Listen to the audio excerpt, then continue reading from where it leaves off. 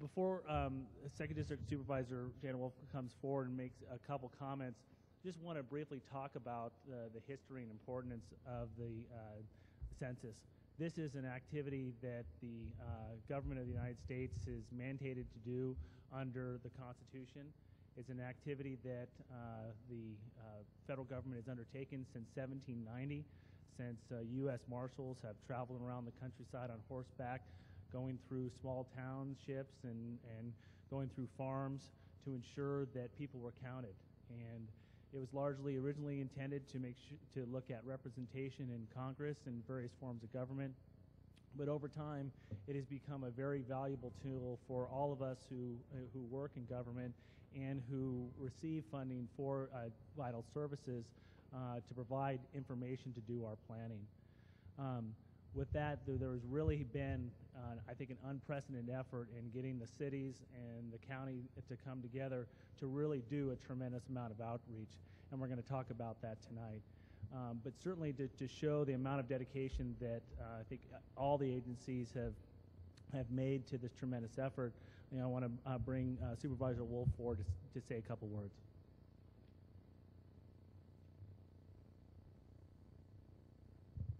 Thank you, Derek, and I want to thank all of you for being here this evening. I also want to recognize Mr. Herron, who's here from the Santa Barbara School District.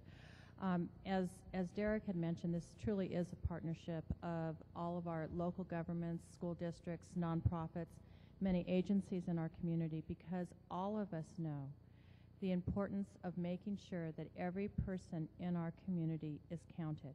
And it's only through all of these different agencies that we are able to reach out to the people who may not have that opportunity to normally be in the count or respond to the count. So we want to reach out as much as we can to make sure that we get every person counted for this census.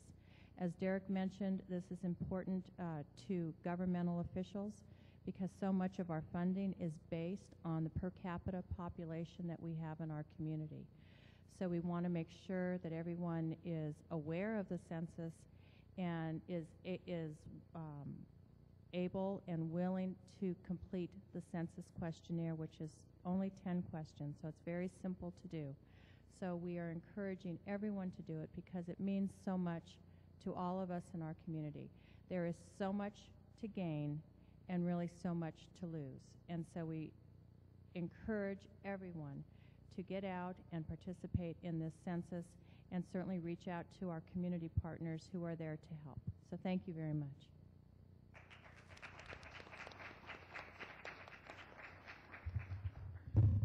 Thank you.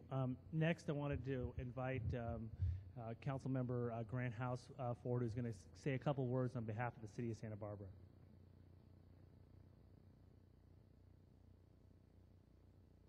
Thank you, Derek, and a thank you to the county for taking the lead on this. It's a critically important thing for us in our communities all over the nation to ensure that everyone is counted, no matter where you live, no matter how you got here, no matter what your status, that you are included. If you live here, you need to be counted. It's a very, very important and critical opportunity. So we in the city take this very seriously. That's why the Mayor Schneider, is here. That's why our Director of Communications from the Administrator's Office, Nina Johnson, is here. And that's why I'm here, is to truly encourage everyone to participate. I was reading a little 1920 book of the history of Santa Barbara, and way back then they remarked at how the city had grown from around 11,000 to 17,000 in that 10-year period, and how remarkable the increase in the growth was at that time. Now we're closer to 90,000 or maybe a little more. But it's critical that we get the numbers right, because the funding that we have to provide the services to the people in our community is directly related to the number of people who have stood up to be counted. So when someone comes to your door, it's safe, it's short, it's going to be really easy. It's critical that everyone participate, and we're here to really send that signal out. So thank you very much, and let's get the word out. Thank you. I also wanted to take this opportunity to recognize Chris Henson from Supervisor Farr's office here tonight. With that, I wanted to also invite the mayor, Mayor Onen from the city of Goleta forward to say a couple comments as well. Thank you very much. The city of Goleta, this is an exciting time for us, our first census as a city. So it's a new experience and something that we're taking very seriously for all the reasons stated. But for me personally, I look at it and think of it as a year of discovery or rediscovery, because we're once again going to see what the face of the U.S. is all about. I don't know how many of you hear those announcements on the radio brought to you by the U.S. Census Bureau that talks about what it is, what we look like in America today, the differences, the changes in our demographics, and what makes us up as a country. As a business person, for me, this is a customer survey. I want to know what my customers are about, who they are, and that's my best ability to serve them. So of course we encourage everyone to participate, because if we don't know who you are, we don't know how to best serve you. Thank you.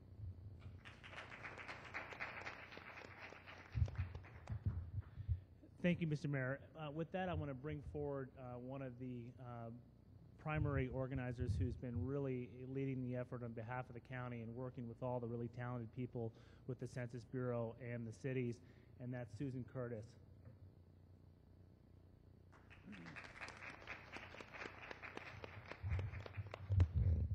Thank you, Derek. I'm Susan Curtis, Senior Planner with the Office of Long Range Planning with the County of Santa Barbara. Before I forget, everybody who speaks, please speak closely in the microphone. I was reminded of that. But I'd like to go ahead and introduce myself and my colleague who's here with me tonight from the City of Carpinteria, Shanna Farley. She's heading up their census initiative. Yes, you can clap. She's been working really hard as well. We had scheduling conflicts with the representatives from the City of Santa Barbara and Goleta, but as you can see, their elected officials came to join us, and we really, really appreciate the time they've allowed for their staff to work with us on this initiative. I'd also like to take a moment to introduce a couple of our community members who've joined us tonight to talk about the community perspective of the census. We have Bailene Serra, who's the Executive Director with Pueblo. Fran Foreman, who's the Executive Director of Community Action Commission. And we have Father John Hedges with the St. Athanasius Orthodox Church. We were really fortunate to get a panel of census representatives, and I want to introduce these individuals. They've been incredibly helpful, and they are a wealth of information, and I think you guys are going to be really, really pleased with how promptly and thoroughly they know their topic. Amy Allen Lopez is our Assistant Manager for Field Operations at the U.S. Census Bureau. Maria Duprat, she is the local census site manager at the Bureau. And we have Mark Buscarin and Margarita Diaz. They're both partnership assistants who work with us on the ground. Thanks a lot. So what we'd like to do tonight is we want to open up with a video. The census is putting out a lot of public service announcements. You're going to see them hit the airwaves. We want to share this with you. We think it really sets the tone for the topic we're going to talk about, and it really conveys a lot of the feeling that we think people should and will have when they really understand how important the census is.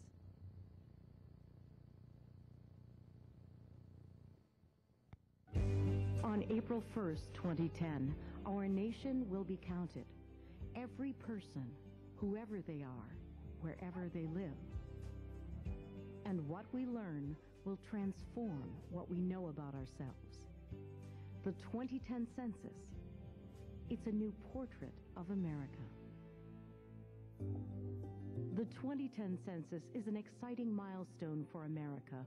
It promises to deliver accurate information about our diverse and growing population. And it's important for the future of every community. Census data will be used to allocate over $300 billion in federal funds every year. The 2010 census will be important to the nation because it is the foundation of our democracy. The census, no matter when it is a consummate partnership between local, state, and federal government. Communities use the data to plan for their future, like disaster and emergency services, healthcare services, schools, transportation, libraries, senior centers, and more. The 2010 census builds on the success of previous censuses and is the best planned and most well-researched census ever. And innovations, like a new short census form, will help to make it even more successful. The 2010 census, it's easy to complete. Data are always confidential and safeguarded. It's important. This census is a commitment to the American way of life. To be counted as a resident of the United States, I think, is one of the proudest things that can happen to you in this country. It's important. Stand up for yourself. Be counted. Let people know you're out there. The 2010 census. It's a new portrait of America. A photograph, a time and place, a picture holds a moment's space, a portrait of hopes and dreams, telling the story of our times. And for now we know that we're changing fast. And for now it's clear that we've left the past. America, let's celebrate. We're proud and we stand tall together. A portrait of us all.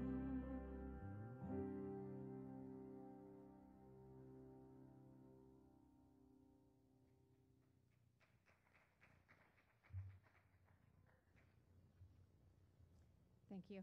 Now we'll move into our presentation. And before I do, I'd just like to mention for the audience, if there's any Spanish speakers, and I'll go ahead and say this in Spanish, they can ask questions in Spanish. We have several Spanish-speaking census staff. Muy buenas tardes. Aunque la presentación es en inglés, las preguntas en español están bienvenidos de ustedes. Si prefiere, puede quedarse después de la presentación y durante ese tiempo se puede presentar sus preguntas a los empleados de censo. Gracias. So this evening, we're here to discuss the National Census Campaign, the 2010 Census Questionnaire, and what Santa Barbara County is doing to increase the likelihood that we're going to achieve a complete count in this census cycle. Forgot the clicker. Just realized I'm clickerless.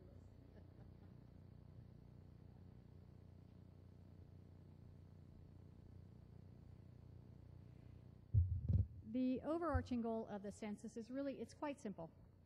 Every 10 years, count our entire population, recording where we live and defining who we are as a nation. On April 1st, Census Day, Santa Barbara County will have a new portrait of who we are, where we live, and what our community needs may be in the future. The census has created some milestones of firsts in this census cycle.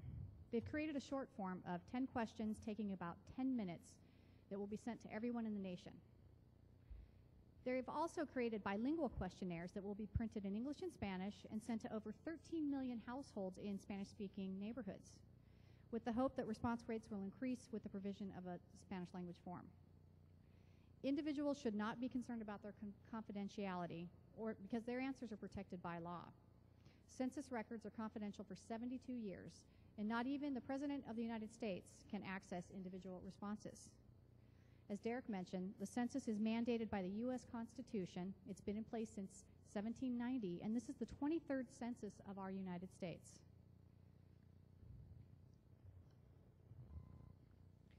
So what questions are asked by the census? We've put a sampling up here. By no means are these all of them, but we wanted to put a sample of what some of the questions asked and some of the questions not asked as well, to dispel some of the myths. One of the things I think you'll find surprising is the length of time that some of these questions have been getting asked. For instance, housing units, whether they're owned or rented, that question's been getting asked since 1890. And the reason they ask that is really because homeownership serves as an economic indicator for our nation. And it also helps with administering housing programs and making planning decisions. Gender. That question's been getting asked since 1790. And it's important. It's important because many federal programs differentiate between males and females for funding and also for implementing and evaluating their programs. Age and birth, 1800s. That's important because data needed to interpret age and social and economic characteristics is used for forecasting things like Social Security and Medicare benefits. Race. That's been asked since 1790. And that's important for use in implementing many federal laws where you need to monitor compliance with regard to the Voting Rights Act or the Civil Rights Act. And the questions not asked on the census are items like legal status, bank account information, salary, Social Security number.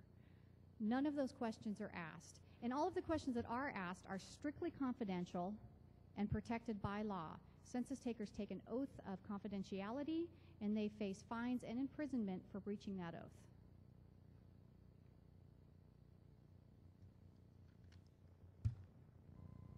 Why is a complete count important? Well, more than $400 billion a year is allocated by the federal government based on census data to different states. In 2007, the federal government gave California $41 billion.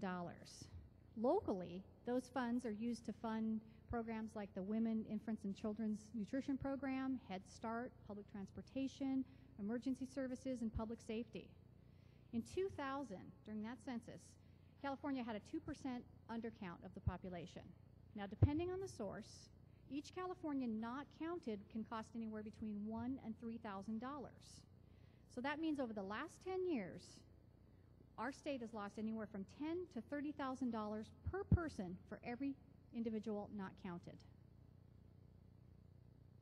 In 2010, they estimate we could have a loss of $3 to $5 billion if there's an undercount. Finally, population totals and population totals determine congressional seats, and they also are used in our local redistricting process. For the first time in California history, we may lose a congressional seat. This can impact our ability to influence federal legislation and policy. And to give you some perspective, in the state of Utah, in the 2000 census, they lost a congressional seat by 857 people. Or an undercount, I should say, of 857 people. Now, the census identifies hard-to-count communities. And the way they do that is they use factors such as housing, status, poverty, population mobility, and language spoken at home. This is how they determine who might be undercounted in a community. Now, the traditional California hard-to-count populations that you see on this slide are going to be the toughest for us to reach and motivate in the 2010 census. And the challenges of reaching these individuals are numerous depending on the community and the reasons they may have for not completing the census forms. So for this reason, we want to engage trusted messengers or leaders in the community, faith-based school, and civic organizations that have a trusted voice and relationship with these individuals. This may be a pastor, a social worker, a teacher, someone who can alleviate their fears about filling out a census form and motivating them to participate in the census. University students at UCSB may be hard to count for no other reason than lack of awareness and the fact that this is the first time as young adults that they've had to fill out a census form. So where are the hard-to-count populations in Santa Barbara County? Using 2000 census questionnaire response rates, we've mapped those areas in the South Coast and for the whole county, here's the South Coast for today, that are considered hard to count, and we're focusing our outreach efforts on those areas. Now the pink areas, the pink areas there that you see, those are considered the highest, or excuse me, the areas with the lowest response rates from the 2000 census. So that's how we know from 2000 what areas were undercounted. The blue areas are the second lowest response rates, and the shades of green have much higher and stronger response rates. So as you can see, Isla Vista, our most populous unincorporated area in the county, is also our largest undercounted. So using this information, we can capitalize our opportunities to focus outreach. And this applies to the city of Santa Barbara, the city of Goleta, the city of Carpinteria. We all have the same census tracts and the same hard-to-count information. And this allows us to use limited funds, limited staff, and just work smarter and harder in the areas that really, really are going to matter. Now, how do we use this information as an outreach tool? We've identified our trusted messenger organizations and sites in the Isla Vista census tract. And we're going to continue to establish relationships with these groups in order to motivate students and residents to fill out their census forms. So the map shows the various trusted messengers or trusted messenger organizations, but it also shows areas where the public might congregate and where we might target outreach. So we've included the Isla Vista Teen Center, fraternities, sororities, faith-based organizations, and even the local laundromat. And again, all of the cities in the South Coast can use the same tool, and we can actually populate a map and say, we've got to contact that agency. They're in the heart of the action.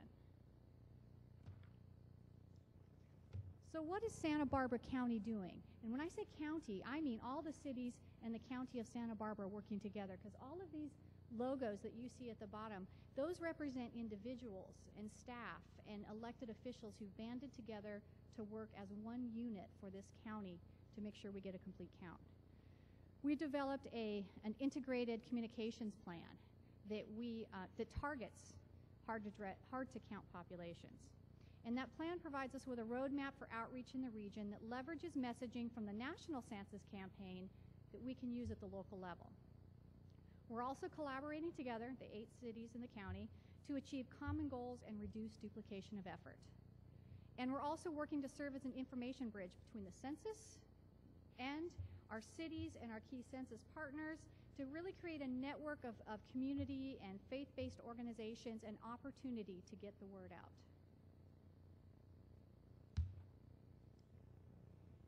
Now, what are some of the ways we're doing this? Well, we've started by producing a series of English and Spanish posters using the National Census messaging customized with local information and images. The Census Bureau has a lot of great posters out there, but they don't reflect Santa Barbara, and they don't reflect necessarily the information and statistics of our community. So we've started by developing a series of posters that can be used by any jurisdiction or any organization to try to promote census or awareness. Now, these posters are being displayed throughout our own county parks and public health clinics, animal shelters, our WIC program. We've asked that everybody with a public area display them. So we're going to talk, Shanna and I, about how this translates into no and low-cost outreach. Give you an example of one day in the life of Santa Barbara County. At the County Public Health Department H1N1 Flu Clinic, we posted 20 posters. 1,800 residents went through that flu shot clinic and saw those posters. And those posters cost us a total of $12 to print. That's low cost and no cost outreach. And we're going to continue to have those posters up at flu clinics and in county facilities. And I want to let Shanna share what the city of Carpinteria is doing, because we want to show you how this low cost approach is being leveraged throughout the South Coast and throughout the other cities. The city of Carpinteria, as well as the other cities' representatives, have done basically the same thing the county has done and printed off as many of these posters that we can get out into the public as possible. Our main outreach has been the school district, communicating with the teachers, the PTA, and communicating with those that have the children who are going to speak the message back to their parents. But we've also outreached to our community clinics, to our local like in Carpinteria, we have our main school resource center, which has a variety of services in a centralized location that can accept, 10 to 20 people an hour sometimes for different services, preschool services, Head Start programs, with just simple posters, something we can print off as staff as needed from the county's website, the census website.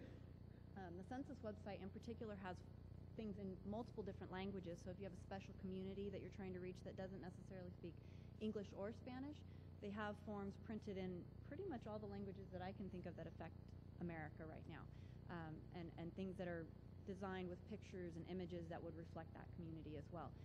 And it's very simple, and getting those out is very quick and easy, actually. We have a variety of doctors and dentists who put brochures into their front office when people are waiting for services, and they've called us and asked for more, which means it's getting out there. And the numbers are going to be affected in that way very easily. The school district, we have coloring books, and we have different information that's bridged directly towards young children with information that would affect children and get back to their parents. And so we're working with our school district to do that. But it's very easy, and I think that's the point we want to make, is that it doesn't require thousands of dollars and TV representation, which is great, of course. But if it's not there for your group, you know, forms and having examples of the census form there so people can see what they're actually going to fill out is actually going to make a big difference for people, and they're going to trust that information when it comes in their mailbox. So I think it's easy, and I think if you can get that word out to your groups and the different community elements that we have here, it's really going to make a difference. Thanks for sharing. We really appreciate that. I just wanted to give an example of our animal shelter. And it's a really good example of how easy it is to put a poster up in an area where the public might congregate or where you might have visitor traffic and display it. And we're going to have these in all of our facilities, as Shanna said they are too, in the city of Carp. Bus posters. The Metropolitan Transit District, City of Lompoc Transit, and the San Ynez Valley Transit have all generously donated to display space for the census. So we're displaying a Spanish and an English bus poster. And combined, these transit services provide 32,000 passenger trips per day throughout the county. And the posters on these buses cost the county a total of $375 to print. That is low-cost outreach. And we're going to be able to change out this messaging throughout the campaign so that we can have it aligned with the questionnaires arriving in the households and then urging people to return them. I'd also like to mention we're working with the City of Santa Maria to have the Santa Maria Area Transit display posters as well. Okay, what can you do to help the census? I'd like to mention everything at the back table. Everything at the back tables is to be taken. We would love for you guys to take stacks of posters and display them everywhere. If you need more posters, please contact us. We will get them for you. We want to make sure the information is getting out in the community, and it's easy. It's some tape and a wall. So some of the things that the community can do, and Shanna had mentioned, and I want to give a recognition to the Santa Barbara School District, is the Census in Schools program. It's a fantastic program. There's lots of resources out there for schools. It really just comes down to making a commitment, and the Santa Barbara School District is taking forward a resolution this month to incorporate census in schools, in all of their schools, where they will have a census week where they will be promoting the census in all of the schools within their district. And we think that, having that as an example, it comes from the absolute top down. That's going to impact, is it 16,000 students you have in your district? 16,000 students are going to get exposed to that program. And that's a network and a linkage between these census folks. Are going to make sure they get materials for this program. And that's an example of how easy it is for us to work together in a small group and really create awareness. Everyone in this room and every organization can really come up with strategies to educate and to communicate and to activate their constituents or their staff, whether that be placing a census item on an agenda or having it at a meeting, whether it be putting items on your website or in your electronic newsletter. We might want to, activate your constituents to really find simple ways to, help them understand the census. Train your staff on census questions so they can answer questions that community members might have. Also collaborating with the Census Bureau, becoming a census partner, or being willing to host what's called a questionnaire assistance center, where they look for sites where there's a lot of traffic for hard to count populations, and maybe folks come through and ask questions, get assistance. It really is a connection between the Census Bureau and the community in working to gather information. Also, you can host a Be Counted site, just where they hand out census forms. So we're looking for those types of connections with people. I skipped a slide. I'm realizing that. I'll go back to it. Before I move forward, so you know who you're trying to reach, and I apologize. Somehow I skipped a slide, being backwards. I talked about hard-to-count communities, right? Okay, I apologize. I didn't skip a slide. Okay. So now we want to talk about the timeline, because there's a lot of questions about when is this stuff all going to happen. Well, January 18th at the Golden Globe Awards, they aired the first in a series of public service announcements about the census. And that launched their $133 million television, radio, print, outdoor, and internet national census campaign. And you're going to see those ads running at the Super Bowl and at the Olympics and during primetime television. And over 50% of that advertising is going to be targeted to media for minority and ethnic audiences. That's 50% of $133 million. And as staff locally, in our local initiative, what we're going to do is we're going to target our local messaging to align with that national messaging, but we want to give it the local flavor. So right now, we're really trying to build awareness and education through February. When we move into March and April, we're really going to want to motivate people to participate and fill out those census forms and send them back.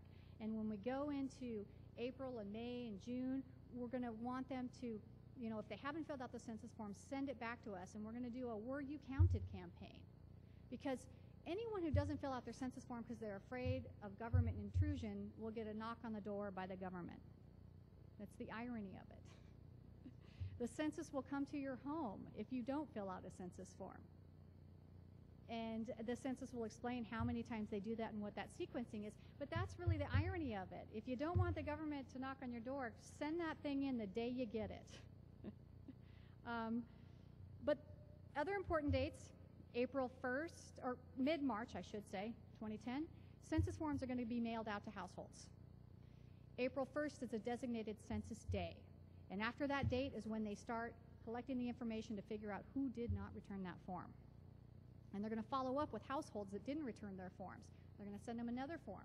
Then they're going to go to the door. They're going to leave a door hanger that says, please, we want to talk to you. We want to, help you fill out your census form. And they'll physically go to the door to fill out the census form to get that person to respond. In December, the Census Bureau needs to deliver the population counts to the President for apportionment. In March, the Census Bureau delivers the redistricting data to all the states. And then from April 2011 through November 2011 is the redistricting process locally. That's a large overview of the timeline. There's a lot of other things that go on in there, but the big takeaway for the community is April 1st. We want everybody to get their information in April 1st. Makes the census process cheaper, and it also makes it less invasive in terms of people coming to the door and people feeling like they have the government at their door. Okay, frequently asked questions. We actually have a handout of this. I just wanted to put it up there because there's a lot of questions that people have. And I think some of the big takeaways from this are they're going to have a live phone number for people if they have questions or need assistance in completing their census form, and they'll have that in English and in Spanish. They also have a telephone display device line for the hearing impaired. They're going to have assistance for different languages through a language assistant guide. They are going to have people that can assist individuals at those question assistance centers if they're disabled. They're going to have a Braille census form. In terms of safety, the census is not going to ask anyone to fill out anything online. And everything that's sent by the Census Bureau will say official business of the United States. But to keep your information safe, return it promptly and look for identification of any census takers and never submit any information online. That's the key takeaway in terms of some of the questions in terms of our electronic world that we've moved into with regard to filling out paperwork.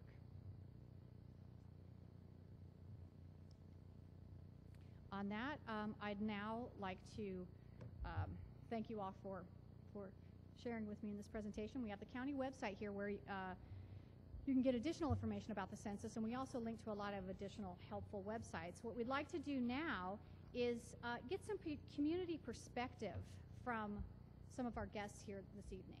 And what I'd like to do is really have them give a face and a voice to the census and what census data and census dollars mean for them and their constituents. So what I'd like to do is I'd first like to introduce Ms. Belén Serra. She's the Executive Director for People United for Economic Justice, Building Leaderships Through Organizing, or Pueblo. She's been in that position since 2008. Their mission is to empower low-income families in Santa Barbara County through education programs and civic engagement. They organize, they do coalition building, and they do voter mobilization. They have offices in Santa Maria and Santa Barbara, and they work with about 500 families county-wide. And I'd love it if you'd be willing to come up here and share with us. She's agreed kindly to provide some words for us about her organization and the census. Thank you. All right. Good night, everyone. So Pueblo is going to be outreaching the Hispanic media in the county of Santa Barbara, making sure that people feel safe when their questionnaires arrive at home. We've been just promoting the census since last year. We've been having material at most of our events, and since then we've been getting a lot of feedback from the communities. We work with the undocumented community in Santa Barbara County, and that's a community that fear the presence of government coming to your house and knocking the door. So we are going to be developing some strategies to make sure that people from our undocumented immigrant community get counted here in Santa Barbara. One of the strategies we are using is to have just open our offices one day in March for people to come and fill out the questionnaires in our offices without the presence of any government agency. That will be promoted through all the media here in Santa Barbara, and hopefully we'll receive people in our offices. We will be training staff to answer any questions that people have. The other question that we've been getting a lot is that we have many families living in Santa Barbara in one household, and how we are going to count those families, and maybe the census staff is going to answer that, but we are getting our staff trained as well to make sure that at least the families that work very closely with Pueblo are counted. Today, I just give you an example how this is going to be very contradictory when it comes to having the government coming to your house. We got a phone call, 5 members of Santa Barbara were deported today. And the first thing that we have to say is, do not open the door if you have an official in your house. Make sure that they have an order that comes from the judge, that so before you allow someone to get into your house. When the census comes, we can't say that because people have to open the door to be counted. So we really have to step up as a community together, have a clear message to our immigrant community, and making sure, and I hope personally that President Obama, as many other presidents did before, stops immigration rates during census time. So maybe the census staff can talk a little bit about that, because that's something that people out there are fearing. So as Pueblo, we are partnering with other organizations to make sure that our immigrant community in Santa Barbara gets counted, low-income families get counted, and we hope that the cities and the county also partner with community organizations to make sure that everyone in Santa Barbara County is counted. Thank you.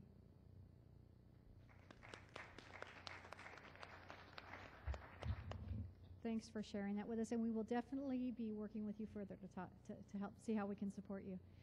Now we'd like to have Fran Foreman, who's the Executive Director of Community Action Commission, come forward.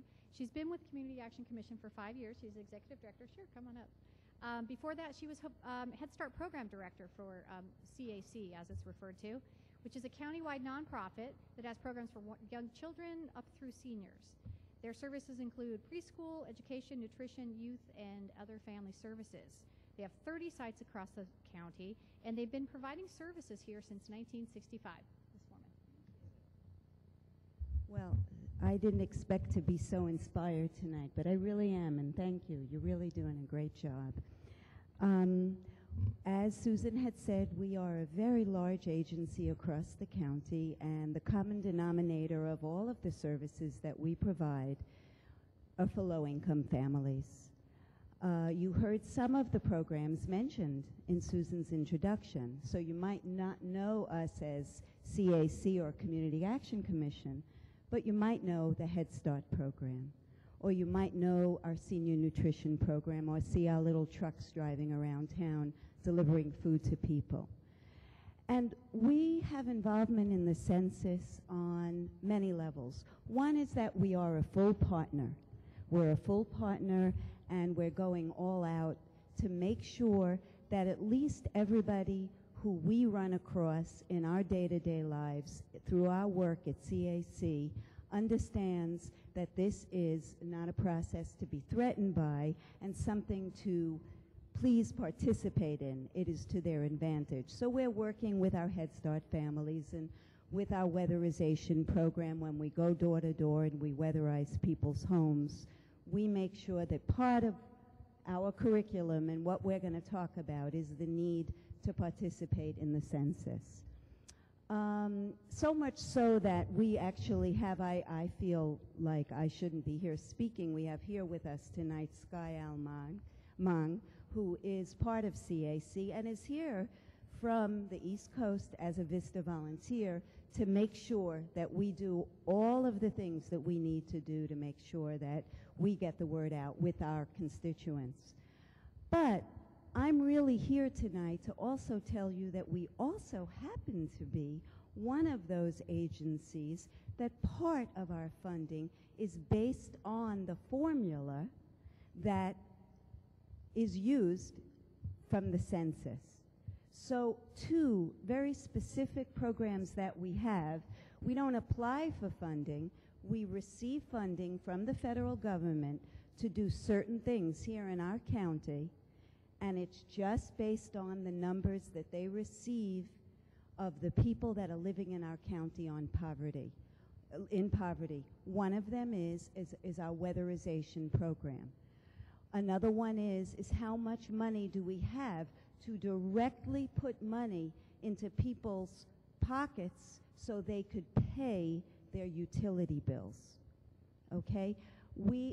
And every year, every single year, we run out of that money. You cannot apply for more money. It is just based on a formula. So that's one example of the funding that we get that's based on the census and the importance of the census. Another example, and it's the last example that Community Action Commission receives funding based on a formula, is called our Community Development Block Grant Funding, Community Services Block Grant Funding. That is what makes us a community action agency. That funding that we receive on a yearly basis to support low-income people, it has nothing to do with what we apply for. It is directly tied to the census. So I think it's really important for people to understand that these are services that directly benefit low-income people, like Head Start, like weatherization, like family and youth services. We have a program, I hope you've heard of it before, called Los Compadres, Las Comadres. All of these programs, we work directly with the schools on these programs. And all of these programs definitely benefit our low-income community. And the way that we're able to fund those programs is by having this funding that we get based on the census. So with that, I'm going to end, Susan. I want to thank you and thank the census. We are connecting directly with our constituents, and we are going to make sure that we get the word out. I think that it was a very good decision for all of this upfront work to happen, for all of this work that's happening now up front, so people will be less afraid of the census. And Susan, I think that you really and truly help capture it by saying, if you don't want the government to come to your door, fill out the questionnaire. We're going to take that one in our Head Start program. I like that.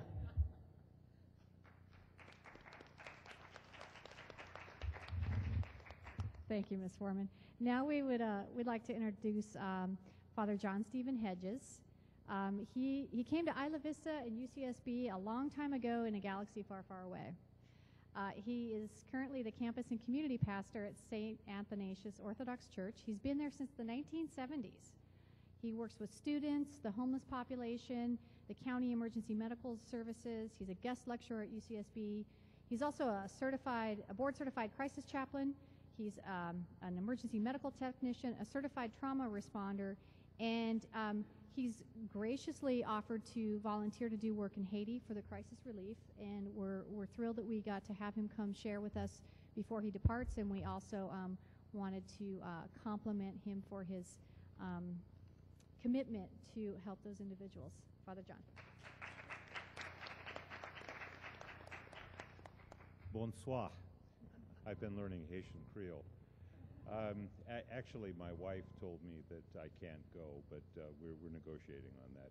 I am an Orthodox priest. There's not a scandal involved here with that. Just wanted to make that clear.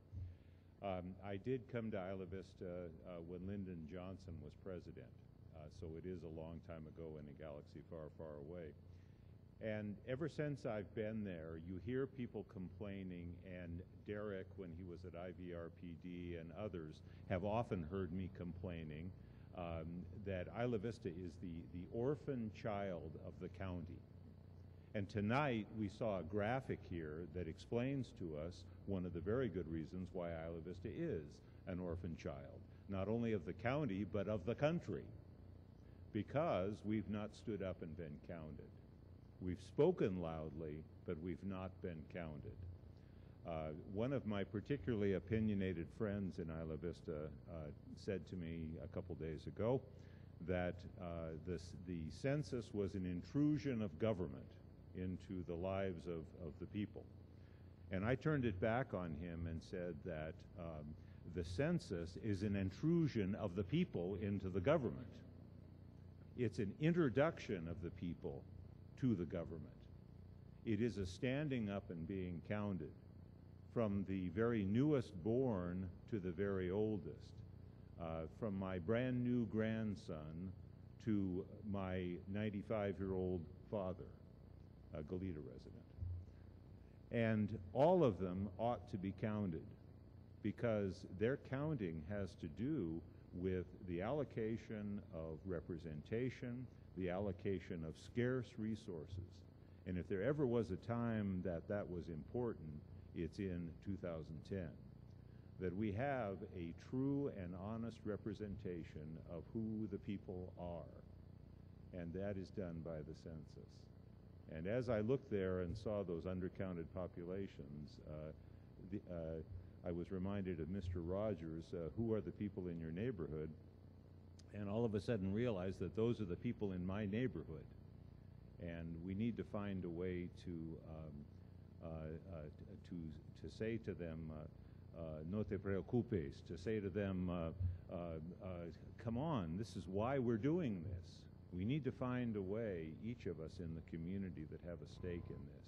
Who are the stakeholders in the census? Every one of us. Every one of us. And I get riled up. I run off on all kinds of causes. But all of a sudden, as I looked at that graphic of Isla Vista, I saw something that we need to be riled up about. So thank you all for your work. And we're going to find a way. Stand up and be counted.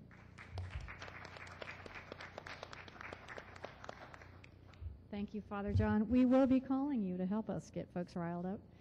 Now I'd like to open up the floor to questions directly to the Census Bureau. They're here as a panel.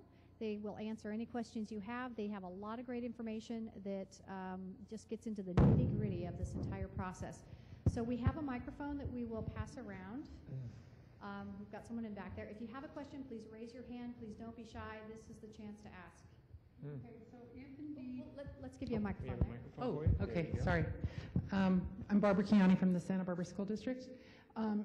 how is it that someone will come to your home if you don't fill out your form? How are you tracking? How do you know who's done it and who hasn't? Because it seems like that would be something that would be of concern to folks.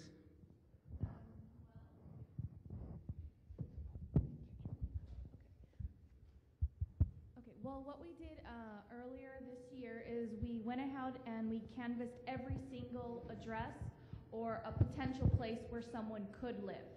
So we have a very, very large database. And so we are hoping that we get a response from every one of those addresses. So if we're going to go ahead and mail it out to that residence, they will fill it out and mail it back. If it is not mailed back, then we will get a list of the ones that have not responded, and so I will send an employee out there to knock on the door and see if we can ask you nicely to answer the form. So, but if you, the good thing is when we mail it out to you, you just say how many people live in your house and mail it back. One question answered and you send it back, and now we've accepted that you have been counted. If I have to send an employee out, we have to ask a few questions just to make sure that everything is done accurately. One more question. Also, have you considered doing buttons? Buttons for staff or just buttons for? To promote, just the way you were talking about low-cost advertising and stuff. Good idea. Okay, well, I've got a design for you if you're interested. Other questions? I was just curious, to follow up on that. What if there's 5 families in a house and one form goes to that address? How do you, number one, what do you expect? Each family to fill out their own form, or one person in that house to fill it out? You've got two options. Each family member can fill out their own form, or you can count up to 12 people on one form. Whatever you'd like to do. If you only get one form mailed to you, as Susan was saying, there will be counted sites all over the community where you can go to pick up a blank questionnaire, fill it out, mark continuation to the address that you have, and mail it back in, and we will count you.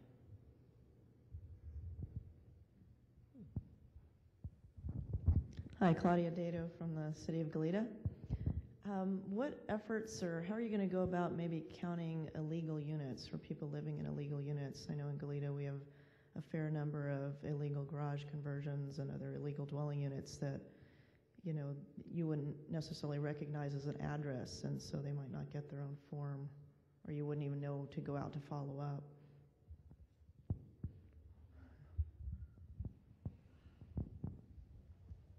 During one of our operations, we had the enumerators pay special attention to the housing units. And we know that there are a number of what we call hidden housing units. And when they went around verifying addresses and doing the map spotting, if they noticed or suspected that there was another housing unit, they made note of that. At times, if someone was home, they would go to the door and ask them, you know, are there other housing units on this property? So that's how we tried to locate every housing unit. Other questions? We got one right up in front here. Greg. Hi, my name is Mara Lowe.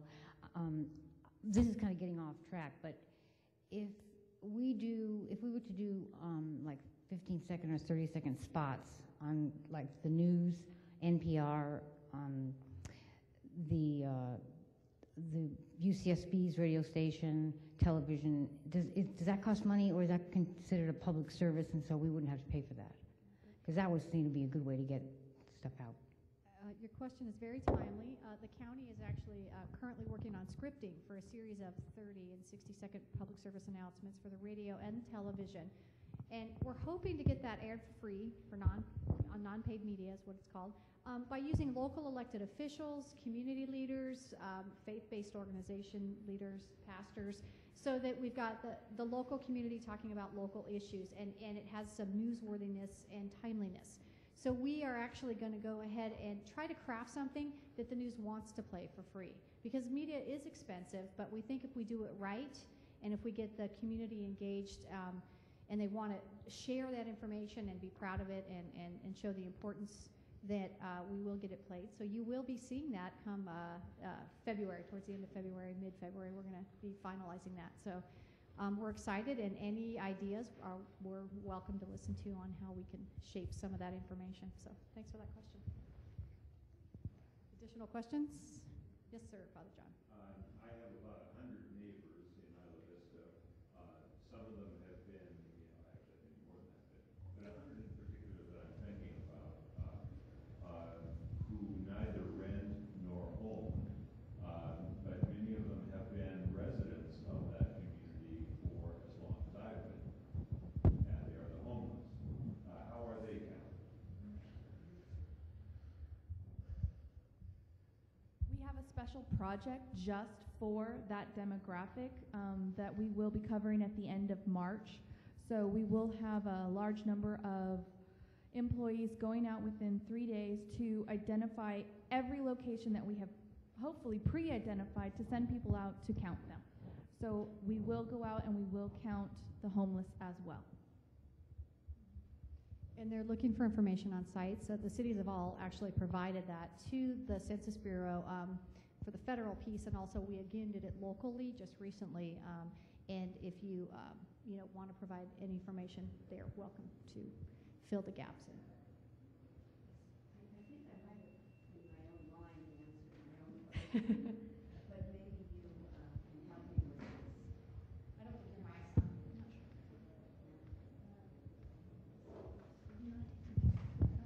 I'm not sure.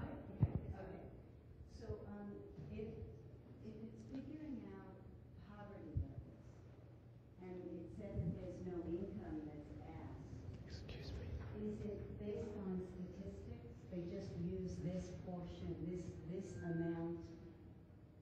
Do you understand my question? If the funding is based on, this is how many people live in poverty, how could they make that estimate if there's no income that's being asked? We are currently in the decennial census, but in the years in between the decennials, there is also what is called the American Community Survey. And they go out and they randomly select people to visit or homes to visit, housing units to visit, and they ask a more detailed number of questions. And from those surveys, that's where they get income levels. Other questions? Yes, sir. We'll get a microphone up to you there. Hi. I guess I don't need it. My name's William Lowe. I work at the construction industry, and a lot of people have lost their jobs because of the economy. Housing's gone down. They are living in places like storage facilities, mobile motor homes, state parks. How will they be counted? How will the word get out to them? And what I can do is kind of give you guys a general idea. Each kind of demographic we will be addressing. So we have a special project just to identify service-based enumeration. So for those people who are homeless or experiencing homelessness. Again, we also have an ETL project, which is enumeration of transitory locations, which will account for parks, carnivals, circuses, all of those things. So we really think outside the box. We don't just think of housing units, apartments, hidden housing units. We think completely out of the box. So anywhere that we think someone could live, we will go there and count them. So parks, like you said, RV parks, storage units, things like that. For people who are living in storage units and things like that, we are encouraging you guys as the public and community to increase awareness so people can come to our Be Counted sites and pick up a census form, and they can fill it out themselves. So even though that they didn't receive it in the mail because of their economic situation at the moment, we still want them to be counted. It's important that they get counted. And so coming to a Be Counted site and picking up a census flyer will still encourage them to be counted. At the university, I think it's the third week in March or something begins Dead Week and finals. And isn't that just about when it's going to be mailed? So when they come back, they won't have had a chance to get it in by April 1st. So is there any way that we could get it out to them sooner, or have you already accounted for that? You're just the timely questions this evening. Actually, what we're doing is next Tuesday, we're meeting with Isla Vista Tenants Union, a group of sort of a student coalition of volunteers, and also the UCSB, and we're going to talk exactly about the strategy to deal with the timing for the arrival of the census forms, for the dead week, for finals, and also to talk about coordinating an event out there to celebrate the census on April 1st. So we recognize that there's going to be date conflicts and gaps and issues that we need to overcome, and we're going straight to the source, the university, the students, and the Isla Vista representatives, and we're going to come up with a strategy. So thanks for asking that question, so that if other folks have input on that, we really welcome it. And they also have the Nexus, their student newspaper, and they also have the radio station, 90, I don't know what it is. Yeah, they're really Should engaged, know. and we're excited. They're an active partner, and I should mention the census is going to be at that meeting as well. So we've really tried to plug into that community. Hi, my name is Arlene Perez. I currently intern with the City of Goleta, and I'm actually a student at UCSB. Our final week returned for spring quarter the first week before April 1st, so that's a good part. And also I was wanting to ask, because I know I saw in the Isla Vista demographics, there's no really Latino organizations or fraternities or sororities, and I'm the president of an organization on campus. So I was wondering how you go about to make sure that contact with the census. Well, one of the things we're doing at our Tuesday meeting, for instance, it's sort of a scoping meeting where we're going to really look to identify who are our critical stakeholders and our partners and our power actors. And that's, that's the student at the student level, the organizations, and get the feedback from the community and the students. So we intend to have that process keep growing, because as we have, a first meeting, it'll turn into more meetings and more, get the word out. So we're only going to talk about strategies to get people to the table, because what we come up with that day, may miss 5 really critical groups. So we're going to actually move into an outreach opportunities section where if you have ideas, let us know now, because everything moves so quickly in this process. As quick as we can get it and implement it, it really helps us be effective and plan well. Thanks. Any other questions? So on that note, we wanted to provide an opportunity. If somebody had, a burning outreach opportunity where they said, you guys are missing the boat, this is so easy and so cheap, we really want to hear it. The Census Bureau wants to hear how to reach folks. So if anyone in the audience wants to share, for instance, even organizations, toss out some names of people we need at the table, please share it with us, because you guys are on the ground and you're going to help us find out where the pathways are to get information to the right people. So if anyone has anything, I want to open that up to just provide feedback, because we want to give you that opportunity. Okay. And if not, any questions before I... Can I say something? Yeah, absolutely. Absolutely. Nobody asked about jobs. We're still recruiting and hiring. We're specifically looking at the hard-to-count areas. So if, in Isla Vista, because it's one of our hard-to-count areas, we would like to have enumerators that we hire from that area, because we always put people to work in the area that they live in. That's our really target.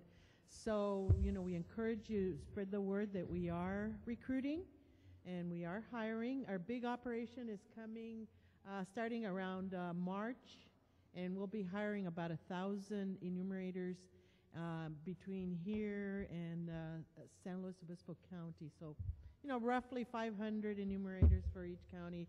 Some areas more, because we have more areas to visit, such as Isla Vista. Mm-hmm. So we'll have more enumerators out there. So that's one thing I wanted to say. The other thing I wanted to say is Amy and I run the operations for the census. Mark and Margarita are the outreach unit, the partnership program. And we can't do it all. We cannot do it all. So that's why we're relying on the county, our community agencies, the faith-based organizations, all of you in the community to get the word out. And we appreciate it. We want to thank those of you who have worked so hard this far, and we want you to continue as our partners and get the word out. Especially want to thank Susan, because she's done a whole heck of a lot of work. Thank you, Susan. Sure. Thank you. Well, we'll go ahead and work on closing this. I'd like to thank everybody who came. You guys are great. And all the speakers that came and everyone who shared and your interest. These little drops in the water, you know, in the bucket, they're gonna turn into big ripples. And come next month, you're gonna start seeing a lot of visibility. You're gonna be surprised because it's gonna start really taking on legs.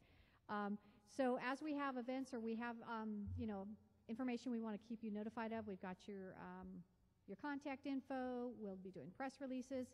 And we just want to thank you, and we look forward to the next couple of months and the fun we can have with this process, because I think it can be fun. So thanks a lot, and let's all give each other a round of applause. Oh, Amy Allen Lopez would like to say some comments. I'm sorry. I have one thing just to reiterate to a comment that Susan made.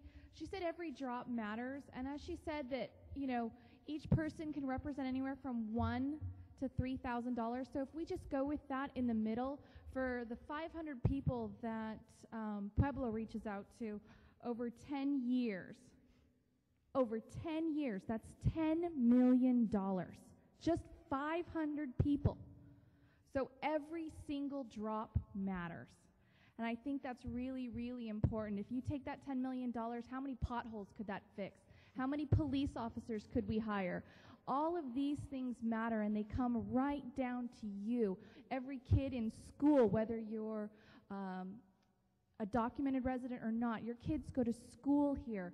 So every single drop matters. And I think that's what's really important, and that everyone take away from this meeting is that everyone matters for one reason or another. Thank you. And please take posters, bags, goodies, put them up on your walls, your garage, your house. Thank you.